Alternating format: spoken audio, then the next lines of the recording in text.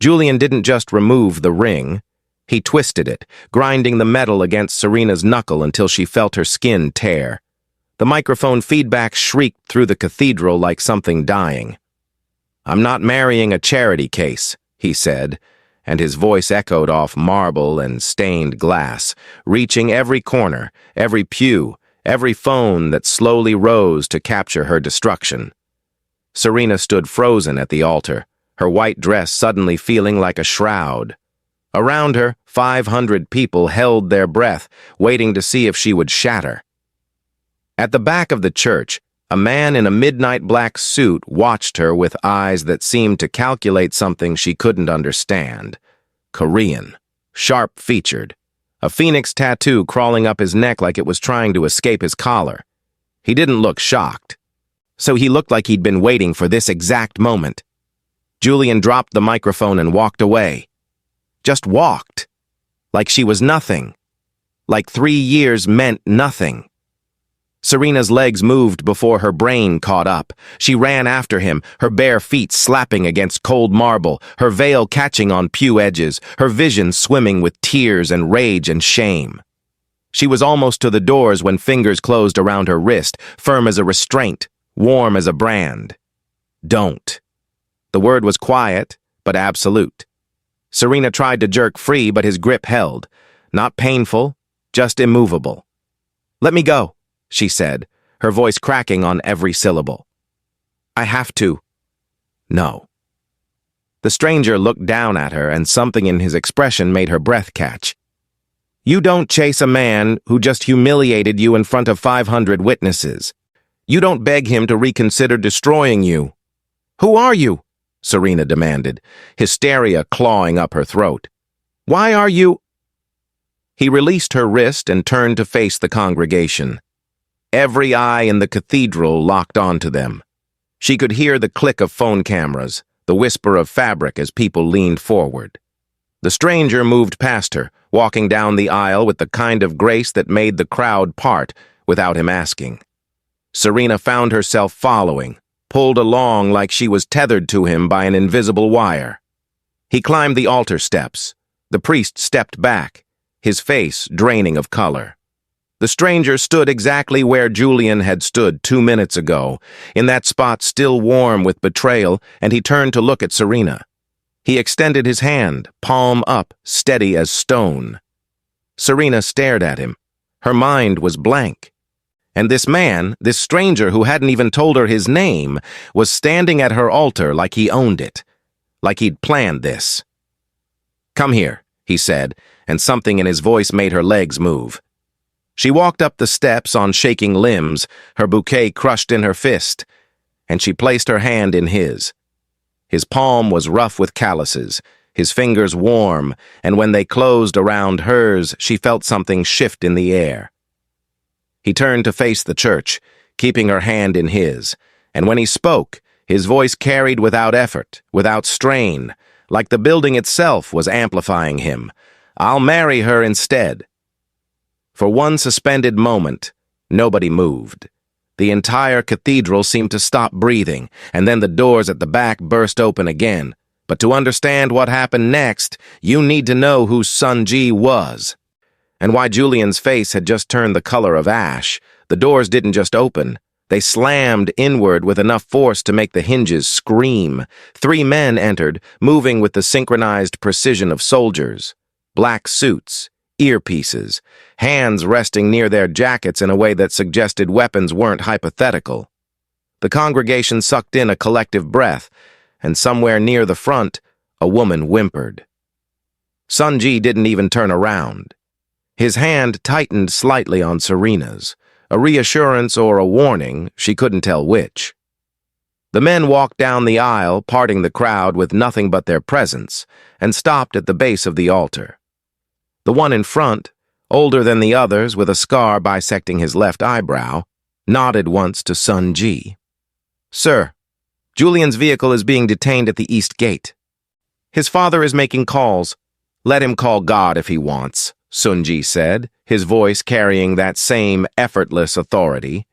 "It won't change anything." The scarred man's lips twitched into something that might have been a smile. He turned to leave, the others following, and the doors closed behind them with a softer click that somehow felt more threatening than their entrance. The silence they left behind was suffocating. Serena could feel her pulse hammering in her throat, could feel the weight of 500 stares pressing against her skin. Sanji's thumb moved against her knuckles, a single stroke that sent heat racing up her arm. "Who are you?" Serena whispered, the words barely audible. Sanji looked at her then, really looked at her, and Serena felt something dangerous unfurl in her chest. His eyes were dark, endless. Yeah, the kind of dark that swallowed light and gave nothing back. "Someone who doesn't let opportunities slip away," he said. "And you, Serena, are an opportunity that just became available." The priest cleared his throat, a nervous sound that cracked in the middle. "I can't perform this ceremony without—" "Yes, you can." Sanji reached into his jacket, and half the congregation flinched. He pulled out a folded document and handed it to the priest. "Marriage license, pre-signed. It only needs her signature and yours." Serena stared at the paper. Her name was already typed in neat black letters next to a blank line. "You planned this?" she said. And it wasn't a question. "You knew Julian would—" "I knew Julian was a coward," Sanji interrupted. "I knew his family was using your wedding as a front to move money through my territory. And I knew that eventually he would crack under the pressure of pretending to be something he's not." He turned to face her fully, and the intensity in his gaze made her breath catch. "What I didn't know was if you'd be smart enough to take the exit I was offering." "This isn't an exit," Serena said, her voice shaking. "This is a cage with a different lock." Sunji's expression didn't change, but something flickered in his eyes. Approval, maybe, or hunger. "Every relationship is a cage, Serena. The question is whether you're the bird or the keeper." He nodded toward the document. "Sign it. Marry me. Walk out of here as my wife instead of Julian's humiliation. Or don't, and spend the rest of your life explaining to people why you weren't enough." The cruelty of the choice stole her breath. Around them, the church had gone so quiet she could hear the candles burning. Serena looked down at the document, at her name waiting for her signature, at the man who had appeared from nowhere and rearranged her entire existence in the span of 5 minutes. Julian had destroyed her. This stranger was offering to rebuild her into something else entirely, something dangerous. She took the pen from the priest's trembling hand. The ink flowed smooth and dark as she signed her name. When she finished, Sanji took the pen from her and signed his own name beneath hers, his handwriting sharp and precise. The priest added his signature with hands that shook so badly the letters barely held together. "By the power vested in me," the priest whispered, "I now pronounce you husband and wife." Sanji didn't wait for permission. He cupped Serena's face in both hands, his palms warm against her cheeks, and kissed her. It wasn't soft, it wasn't gentle, it was a claim, a brand, a promise of things that made her knees weak and her survival instincts scream in equal measure. His lips moved against hers with controlled intensity, and when he pulled back, Serena's vision swam. "Welcome to the rest of your life, Mrs. Sun," he said against her mouth, and she felt the words vibrate through her entire body. The limousine waiting outside the cathedral was the kind of vehicle that didn't belong in daylight. Black as a void, windows tinted to opacity, and long enough to fit a small army. Sanji guided Serena down the church steps with a hand on the small of her back, his touch burning through the lace of her wedding dress. She could feel eyes on them from every direction. May guests who had come to watch her marry Julian were now witnessing something else entirely. Something they'd whisper about for years. Julian stood near the parking lot, flanked by 2 of Sanji's men. His face had gone gray, sweat beading at his temples despite the San Francisco chill. When he saw Serena, he took a step forward, but one of the men shifted slightly, and Julian froze. "Serena, please!" Julian called out, his voice cracking. "You don't know what you're doing. He's—" "Quiet." Sunji didn't raise his voice, didn't even look at Julian, but the word landed like a physical blow. Julian's mouth snapped shut, his jaw working soundlessly. Sunji continued guiding Serena toward the limousine, but she pulled back, stopping. "Let him speak," Serena said, surprised by the steadiness in her own voice. "I want to hear what he has to say now." Sunji's hand stilled on her back. He studied her face for a moment, then nodded once. "Go ahead, Julian. Tell my wife what's so important." The possessiveness in the way he said "my wife" sent a shiver down Serena's spine. Julian stumbled forward, kept from getting closer by a subtle movement from Sunji's men. "He's a criminal," Julian said desperately. "He runs half the underground in California. My father owes him money and he's using you to collect. You're just collateral, Serena. You don't mean anything to him." Serena looked at Sunji. "Is that true?" "Partially," Sunji said without hesitation. "Your former fiancé's family does owe me a substantial amount of money. They've been using your wedding to launder funds through their vineyard operations. I've been aware of it for months." He turned to face Julian, and the temperature seemed to drop 10 degrees. But Serena isn't collateral. Collateral implies she'll be returned when the debt is paid. She won't be. "You can't do this," Julian said, his voice rising toward hysteria. "We had a contract. My family has lawyers." "Your family has nothing," Sunji interrupted, his voice glacial. "Your father signed over the vineyard 3 hours ago to avoid having his kneecaps introduced to a baseball bat. The wedding venue? I own it. The catering company? Mine. Even the dress Serena is wearing was paid for with my money after your father's accounts were frozen yesterday." He smiled, and it was the smile of a predator. "You've been planning a wedding with my resources, Julian. I was simply waiting to see if you'd go through with it. You didn't. So I did." Serena felt the ground tilt beneath her feet. "You've been planning this for 6 months, Sunji confirmed, looking back at her. "Since the night I watched you working your 3rd job to pay for Julian's bar exam prep course while he spent his evenings with his assistant." His expression softened slightly, but the danger in his eyes remained. "You deserved better than him, Serena. I'm not claiming to be better, but I'm claiming to be honest." The words hit harder than she expected. Serena looked at Julian, really looked at him, and saw the truth in his eyes. He wasn't protesting because he loved her. He was protesting because Sunji had taken something he considered his to discard. The realization settled into her bones like ice. "Take me away from here," Serena said to Sunji, her voice clear and cold. "I don't want to see him anymore." Sunji's smile changed, becoming something warmer, more genuine. He opened the limousine door himself, helping her inside with a gentleness that contradicted everything she'd just learned about him. Before he closed the door, he looked back at Julian. "If you or your family attempt to contact my wife," Sunji said conversationally, "I'll consider it a breach of the terms your father agreed to, and the terms include keeping all of your limbs attached to your body. Are we clear?" Julian didn't answer. He just stared as Sunji slid into the limousine beside Serena, and the door closed, sealing them into darkness and leather, and the scent of expensive cologne mixed with something darker. Danger, power, inevitability. The penthouse occupied the entire top floor of a building Serena had only ever seen from street level. Floor-to-ceiling windows offered a view of the bay that looked like a painting, the water reflecting the dying light in shades of gold and blood red. The interior was all clean lines and dark wood, minimalist in a way that suggested wealth so profound it didn't need to prove itself. Serena stood in the center of the living room, still wearing her wedding dress, feeling like a ghost in someone else's life. Sunji removed his jacket and draped it over a chair.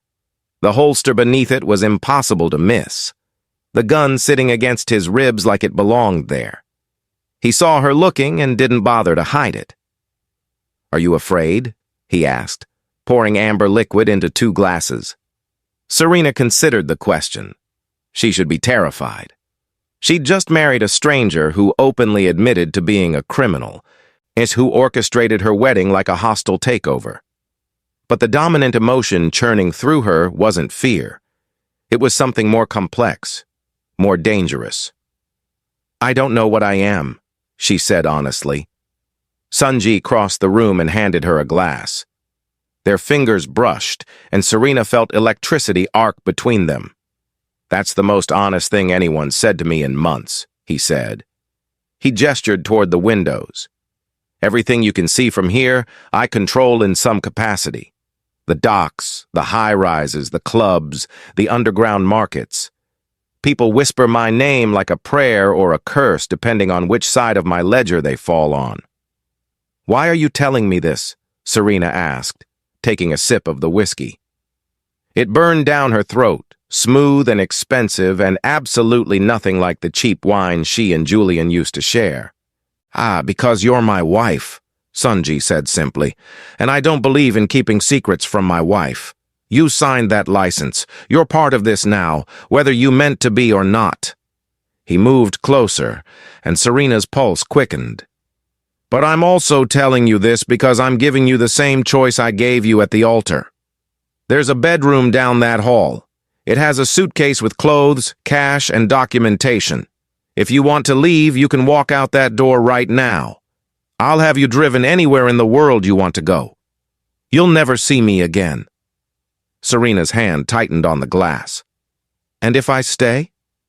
"If you stay," Sunji said, his voice dropping to something lower, more intimate, "then you stay completely. You become part of my world. You learn its rules. You accept what I am and what that makes you." He reached out and tucked a strand of hair behind her ear, his fingers lingering against her neck. "And we finish what Julian started. We destroy him and everything he values. Together." The word "together" resonated through Serena's chest. She thought about the last 3 years, about working herself to exhaustion while Julian coasted on her sacrifice, about the way he'd looked at her at the altar, like she was something disposable, about the way Sunji was looking at her now, like she was the only thing in the world worth his attention. "I want to know something first," Serena said, meeting his eyes. "You said you've been watching me for 6 months. Why? What made you notice me?" Sunji's expression shifted, becoming something vulnerable beneath the controlled exterior. "I was meeting with Julian's father about his debt." "You came to drop off dinner for Julian at his office. You didn't see me, but I saw you. You were exhausted, wearing scrubs from your hospital shift, carrying food you'd cooked yourself because Julian liked home meals. And when you left, Julian complained to his father about you being clingy and demanding attention." His jaw tightened. "I watched you sacrifice everything for a man who couldn't see your worth. And I decided that if he ever gave me an opening, I'd take it. Take you." Serena felt something crack open inside her chest. "That's not love. That's obsession." "I never claimed it was love," Sunji said, his thumb tracing the line of her jaw. "Love is what naive people call obsession before they realize how deep it goes." "I'm not naive, Serena. I know exactly what I am. I'm a man who gets what he wants. And I wanted you." The words should have terrified her. Instead, they ignited something dangerous in her blood. Serena set down her glass and took a step closer, closing the distance between them until she could feel the heat radiating from his body. "Show me," she said, her voice steady despite her racing heart. "Show me what happens if I stay." Sunji went completely still, his dark eyes searching her face like he was looking for a trap. "You're angry," he said carefully. "You're hurt. I won't take advantage of that." "I'm not asking you to take advantage," Serena said, reaching up to touch the phoenix tattoo on his neck. His skin was warm beneath her fingertips, and she felt his pulse jump at the contact. "I'm asking you to show me what my life looks like if I choose this. If I choose you." Something dangerous flashed across Sunji's face. He caught her wrist, and not roughly but firmly, holding her hand against his neck. "If I start this," he said, his voice rough, "I won't stop being what I am. I won't pretend to be gentle or safe or anything other than exactly who you saw today. Are you certain that's what you want?"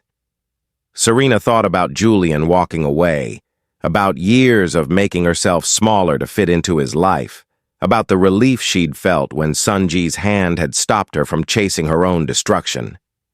"I'm certain I don't want to be the person I was this morning," she said. "Show me who I can become." Sunji's control shattered like glass. He pulled her against him, one hand sliding into her hair, tilting her head back. "You can't take this back," he warned, his mouth inches from hers. "Once you're mine, you're mine. Do you understand?" "Then make me yours," Serena breathed, and Sunji's mouth crashed against hers. The kiss was nothing like the one at the altar. That had been a performance, a seal of ownership for public consumption. This was private, raw, a claiming that had nothing to do with witnesses and everything to do with the hunger that had been building between them since his hand first caught her wrist. Sunji's fingers tightened in her hair, angling her head to deepen the kiss, and Serena's hands found the buttons of his shirt, desperate to feel skin instead of fabric. He walked her backward until her spine hit the window, the cold glass a shock against her overheated skin. His body pressed against hers, solid and overwhelming, and Serena could feel his heart hammering against her palm, where her hand rested on his chest. Sunji's mouth moved from her lips to her jaw, eyed down the column of her throat, and Serena's breath came in gasps. "Tell me to stop," Sunji said against her skin, his voice wrecked. "Tell me this isn't what you want, and I'll walk away right now." Serena's fingers found the edge of his collar, pulling him closer instead of pushing away. "Don't stop," she said, and felt him shudder against her. "Don't you dare stop."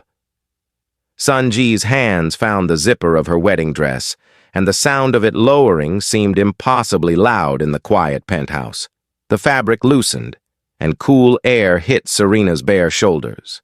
Sunji pulled back just enough to look at her, his eyes dark with something that made her feel powerful and vulnerable in equal measure. "You're devastating," he said, his voice rough with want. "Do you know that? Do you have any idea what you look like right now?" Serena reached up and cupped his face, bringing him back down to her. "Show me," she whispered against his mouth. "Show me what I look like through your eyes." Sunji's control splintered completely. He lifted her, and Serena wrapped her legs around his waist as he carried her down the hallway. The bedroom was dark except for the city lights filtering through sheer curtains, painting everything in shades of silver and shadow. He laid her down on silk sheets that felt cool and expensive against her feverish skin. "Last chance," Sunji said, kneeling over her, his hands braced on either side of her head. "Walk away now, and you can still be the person you were." Serena reached up and pulled him down, her lips finding his, her answer clear in the way she arched into him. She didn't want to be the person she was. She wanted to be remade, reborn. I transformed into something sharper and more dangerous. Sunji's hands slid beneath the loosened fabric of her dress, and Serena felt the last pieces of her old life dissolve like smoke. Outside, the city glittered like broken glass, and inside, two people who had been strangers that morning became something else entirely. Something bound not by love, but by choice, by hunger, by the magnetic pull of mutual destruction and redemption. The night stretched ahead of them, dark and full of promises that tasted like whiskey and danger, and the beginning of something that would either save them both or destroy everything they touched. Serena woke to unfamiliar weight across her waist, and the scent of sandalwood mixed with something darker, more primal. Sunji's arm was draped over her, his breathing deep and even against her bare shoulder. Morning light filtered through the sheer curtains, painting his skin in shades of amber and shadow. The phoenix tattoo on his neck seemed to shimmer with each breath, and for a moment, Serena allowed herself to simply watch him sleep. This dangerous man who had upended her entire existence in a single day. Her wedding dress lay crumpled on the floor like a discarded skin. Serena's body ached in unfamiliar places, a reminder of choices made in darkness that looked different in daylight. She started to shift away, but Sun Ji's arm tightened, pulling her back against the solid heat of his chest. "Don't," he murmured against her hair, his voice rough with sleep. "Don't start running from me now." "I'm not running," Serena said, but even she could hear the lie in her voice. Sun Ji rolled her onto her back, propping himself on one elbow to look down at her. His dark eyes were alert now, searching her face with an intensity that made her feel exposed. "Yes, you are. You're already planning how to walk this back, how to pretend last night was a mistake made in anger." His thumb traced her lower lip, and despite everything, Serena felt heat bloom in her stomach. "It wasn't a mistake, Serena. It was a choice. Your choice." "A choice I made while my life was falling apart," Serena countered, trying to find solid ground beneath the chaos. "How do I know this isn't just Stockholm Syndrome or trauma bonding or—" "Because you're too smart to confuse survival instinct with desire," Sun Ji interrupted. He shifted, his body covering hers, and Serena's breath caught. "You didn't choose me because I saved you from humiliation. You chose me because you finally saw an opportunity to become something more than Julian's diminished version of you." His mouth moved to her ear, his voice dropping to a whisper that sent shivers down her spine.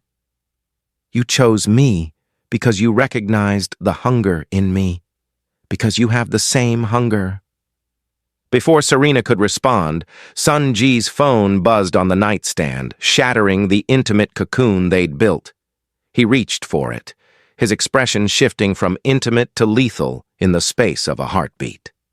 Serena watched his jaw tighten as he read whatever message had appeared on the screen. "What is it?"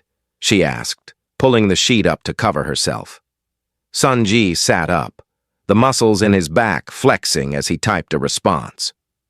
"Julian's father filed an emergency injunction this morning, claiming I coerced you into marriage under duress. They're requesting the marriage be annulled and that you be placed in protective custody." He looked back at her, and something dangerous glittered in his eyes. "They're also claiming I kidnapped you from the church." Serena felt ice slide down her spine. "That's not true. I signed the license willingly. I know that. You know that. But in court, with Julian's family lawyers painting you as a victim." Sun Ji stood, pulling on his pants with efficient movements. "It becomes a question of who the judge believes. And Julian's family has been buying judges for 3 generations. So what do we do?" Serena asked, hating how small her voice sounded.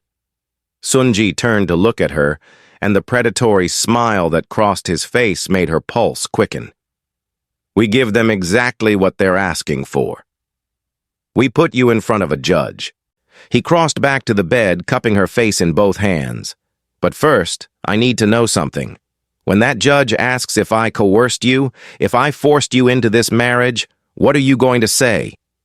Serena held his gaze, seeing the vulnerability beneath the controlled exterior. He was giving her an out, a chance to reclaim her old life, and they both knew it. She thought about Julian's face at the altar, about years of making herself smaller, about the way Sun Ji had looked at her like she was the only thing worth having in a world full of acquisitions. "I'm going to tell them the truth," she said, "that you're the first person who ever offered me power instead of pity." Sun Ji's expression shifted, becoming something raw and unguarded.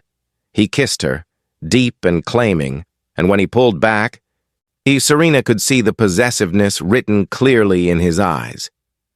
"Get dressed," he said. "We have a performance to give." The emergency hearing took place in a private chamber that smelled of old wood and older money. Julian sat with his family's lawyers, 3 men in suits that screamed Ivy League and inherited wealth. Julian's father, Marcus, sat beside him, his face a mask of righteous concern. When Serena entered with Sun Ji, Marcus's expression flickered with something that looked like fear before settling back into paternal worry. Judge Catherine Wells presided, a woman in her 60s with steel-gray hair and eyes that suggested she'd heard every lie in existence. She looked at Serena over reading glasses, her gaze sharp and assessing. "Mrs. Sun," she said, and Serena noted the use of her new name. "These are serious allegations. Your former fiancé claims you were coerced into marriage yesterday under threat of violence. Is this true?" Serena stood, acutely aware of Sunji's presence behind her, his hand resting lightly on the small of her back. "No, Your Honor. That's not what happened." "Then tell me what did happen," Judge Wells said, leaning back in her chair. "In your own words." Serena took a breath, meeting the judge's eyes directly. "Julian humiliated me in front of 500 people. He announced that I was a charity project, that he never wanted to marry me. When he walked away, I tried to follow him because I was desperate and broken and couldn't see past my own humiliation." She felt Sunji's hand press slightly against her back, a silent encouragement. Sunji stopped me. He offered me a choice. I could leave the church as the woman who'd been publicly destroyed, or I could marry him and leave as something else entirely. I chose to marry him. Under emotional duress, one of Julian's lawyers interjected. My client had just ended their relationship. Mrs. Sun was not in a proper mental state to consent to marriage. "Mrs. Sun," Judge Wells said, ignoring the lawyer, "did Mr. Sun threaten you in any way? Did he suggest harm would come to you if you refused?" "No," Serena said firmly. "He told me explicitly that I could walk away. He's told me that multiple times since yesterday." Julian stood suddenly, his chair scraping against the floor. "She doesn't understand what she's gotten into, Your Honor. Sunji is a criminal. He's using her to get back at my family for business disputes. She's in danger. Sit down, Mr. Marcus," Judge Wells ordered, her voice sharp. She turned to Sunji. "Mr. Sun, you've been unusually quiet. Do you have anything to add?" Sunji moved to stand beside Serena, his presence commanding the room's attention. "My relationship with the Marcus family is well documented, Your Honor. They owe me a substantial amount of money from gambling debts and failed business ventures. I won't pretend that wasn't a factor in my decision to intervene yesterday." He paused, and Serena felt his hand find hers, their fingers interlacing. "But Serena isn't a bargaining chip. She's my wife. And if this court decides to annul our marriage, I'll accept that decision. But I won't accept the implication that she's incapable of making her own choices." Judge Wells studied them for a long moment, her expression unreadable. Then she turned to her clerk. "Pull up the ceremony footage. I want to see what actually happened." The clerk brought up video from someone's phone, the footage shaky but clear. The court watched in silence as Julian's betrayal played out, as Sunji stepped forward, as Serena signed the license with a steady hand.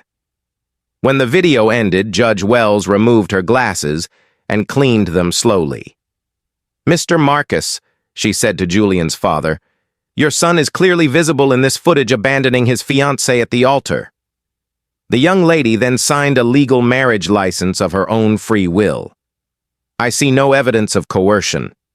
She put her glasses back on, her gaze icy. "What I do see is a family attempting to use the court system to clean up their son's mess and settle business disputes. Motion denied. The marriage stands." The gavel fell like a gunshot. Julian's father stood, with his face flushing red. "Your Honor, you don't understand what this man is capable of." "This hearing is over," Judge Wells said firmly. "If you have evidence of criminal activity, take it to the district attorney. Don't waste my time with buyer's remorse masquerading as concern." They made it to the courthouse steps before Marcus cornered them, his security detail keeping a respectful distance from Sunji's men. "You think you've won," Marcus said, his voice low and venomous. "You think taking her means you've beaten us." Sunji smiled, and it was the smile of a predator who'd been waiting for this exact moment. "I don't think I've won, Marcus. I know I have. Your son walked away from the best thing that ever happened to your family, and I claimed what he was too blind to value. She's not a possession, Marcus spat. No, Sunji agreed, his arm sliding around Serena's waist. She's my wife. There's a difference. Marcus's eyes shifted to Serena, and she saw calculation there, saw him trying to find an angle. Serena, you worked in my son's office. You saw the contracts, the files. You know things about our business operations. If you share any of that information with him... Are you threatening my wife, Marcus? Sunji's voice dropped to something dangerous. I'm reminding her of her confidentiality agreements, Marcus said, but his voice wavered slightly. Serena felt something crystallize inside her, sharp and cold.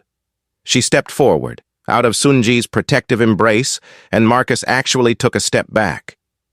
You want to talk about confidentiality? She said quietly. Should we discuss the offshore accounts I set up because Julian couldn't be bothered to learn basic accounting? Or the emails I drafted to your casino partners? Or maybe we should talk about the real reason you needed my wedding venue so badly, because you were moving $2 million in laundered money through the catering contracts. Marcus's face went white. You can't prove any of that. I don't need to prove it, Serena said, and she felt Sunji's presence behind her like a wall of support. I just need to mention it to the right people. The IRS, maybe. Or the FBI agents I met when I volunteered at the children's hospital. The ones who work financial crimes. She smiled, and it felt like slipping on a new skin. You treated me like furniture, Marcus. You and your son both. Furniture that happened to be very, very observant. She turned and walked back to Sunji, who was looking at her with undisguised admiration. He took her hand, bringing it to his lips. My queen, he murmured against her knuckles, and Serena felt power surge through her veins like electricity. As they walked to the waiting car, Serena heard Marcus calling after them, his voice edged with panic. She didn't look back. That life was over. She'd burned it down and walked away from the ashes. Sunji helped her into the car, sliding in beside her, and as the door closed, sealing them away from the world, he pulled her into his lap. You've been holding that information for how long? He asked, his hands framing her face. 3 years, Serena admitted. I thought I'd need it someday. I just didn't know what for. Sunji's laugh was low and dark and full of promise. You're magnificent, he said, and Anne kissed her with a hunger that suggested they might not make it back to the penthouse before he claimed her again. The penthouse felt different when they returned. Or maybe Serena felt different. She stood at the floor-to-ceiling windows, watching the city sprawl beneath her like a kingdom waiting to be conquered. Behind her, she heard Sunji pouring drinks, the clink of crystal against crystal. What happens now? Serena asked without turning around. Sunji's reflection appeared in the glass beside hers, 2 dark figures against the dying light. Now we decide what kind of queen you want to be, he said, handing her a glass. Decorative or dangerous? Serena turned to face him, seeing the challenge in his eyes. What if I want to be both? Then we'll set the world on fire together, Sunji said simply. His phone buzzed, and this time when he checked it, his expression shifted to something predatory. He held the screen out to Serena. Marcus just wired $3 million to an offshore account. He's trying to run. Can he? Serena asked, feeling something cold and sharp unfurl in her chest. Not if we move first, Sunji said. He set down his glass and moved to a desk in the corner, pulling out a laptop. I've had people tracking the Marcus family's assets for 6 months. Every property, every investment, every hidden account. If we act now, we can freeze everything before Marcus realizes what's happening. Serena moved to stand beside him, looking at the screen full of financial data. This is everything they have. Everything they think they have, Sunji corrected. The question is, what do you want to do with it? We can destroy them completely. Or we can be strategic. Your choice. Serena thought about 3 years of condescension, about Julian's casual cruelty, about Marcus's threat on the courthouse steps. Then she thought about something else, about the small kindness Marcus's wife, Eleanor, had shown her once, bringing her soup when she was sick. About Julian's younger sister, Maya, who was innocent in all of this. Not complete destruction, Serena said slowly. Strategic devastation. Take everything from Marcus and Julian, but leave Eleanor and Maya enough to start over. They don't deserve to be collateral damage. Sun-Ji studied her face for a long moment, then smiled. This is why you're dangerous, he said. You have a conscience, but you're learning when to ignore it. He pulled her close, his mouth finding the curve of her neck. Make the call. To tell me who to spare and who to destroy. Serena took the phone, her fingers steady as she began composing the message that would dismantle the Marcus empire. As she typed, she felt Sun-Ji's hands on her waist, his lips against her shoulder, and understood that this was her life now. Power and danger, and a man who looked at her like she was worth any price. The message sent. The empire began to crumble. And somewhere across the city, Marcus and Julian were about to learn what it cost to underestimate a woman who had nothing left to lose and everything to gain. Sun-Ji turned her to face him, his eyes dark with promise and possession. One more thing, he said, reaching into his pocket. He pulled out a ring, not the one Julian had yanked off her finger, but something entirely different. Black diamond, set in platinum, flanked by smaller stones that caught the light like captured stars. This is yours, not because I'm claiming you, but because you claimed yourself. Serena held out her hand, and Sun-Ji slid the ring onto her finger. It fit perfectly, heavy and solid and real. She looked up at him, this dangerous man who had somehow become her salvation and her damnation in equal measure. What comes next? She asked. Sun-Ji's smile was pure wickedness. Everything, my love. Everything we can take. The sun set over San Francisco, painting the sky in shades of blood and gold, and in the penthouse high above the city, two people who had been strangers 48 hours ago began planning their conquest. The ghost of Seoul and his queen.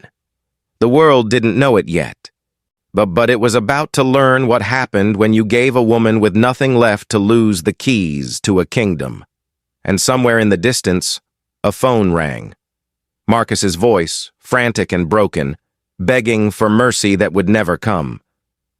Serena disconnected the call without answering and turned back to Sun-Ji, who was watching her with eyes that promised forever, even if forever meant burning through 9 lives to get there.